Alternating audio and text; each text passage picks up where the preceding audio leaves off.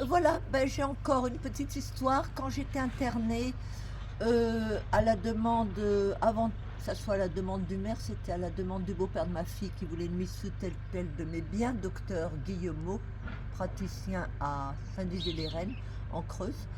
Et j'ai rencontré aussi une jeune femme qui est arrivée, qui pleurait. On avait amené où elle avait accouché au CHU et elle n'avait pas vu son bébé et on lui a annoncé que son bébé c'était mort subite du nourrisson.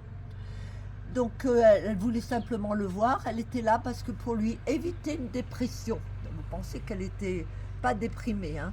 Bon, j'ai écrit cette histoire parce que moi j'avais entendu parler que Rothschild, de tous ces pédophiles de la secte de je sais plus quoi là qui tuent les nourrissons pour leur boire le sang, comme lait de jouvence. L'Amérique a même fait des tests pour voir si ça pouvait être vrai. Et en fait, j'ai écrit cette histoire sur Facebook, en YouTube, et j'ai une jeune dame qui m'a téléphoné. Et son père était franc-maçon dans le Limousin.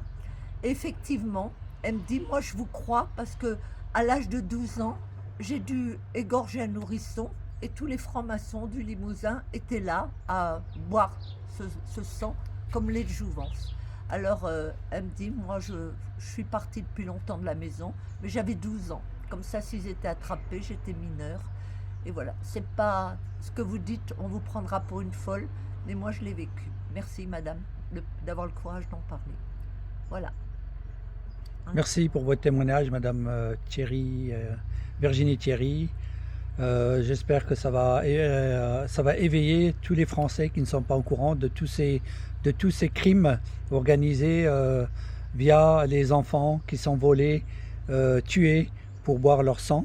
Je peux Comme dire une autre chose? je vous en prie. Oui, parce que j'ai eu, par exemple, hein, j'ai eu beaucoup, beaucoup de témoignages, mais une dame qui m'a contactée pour me dire qu'à 16 ans, elle a été violée à l'hôpital psychiatrique et qu'elle ne l'a pas cru.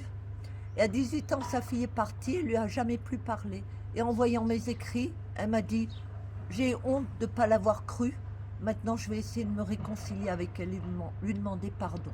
Alors quand les gens nous disent à quoi ça sert, si ce n'était que cette histoire-là qui a réconcilié une mère, mais j'en ai des centaines, hein, mais c'est déjà pas mal.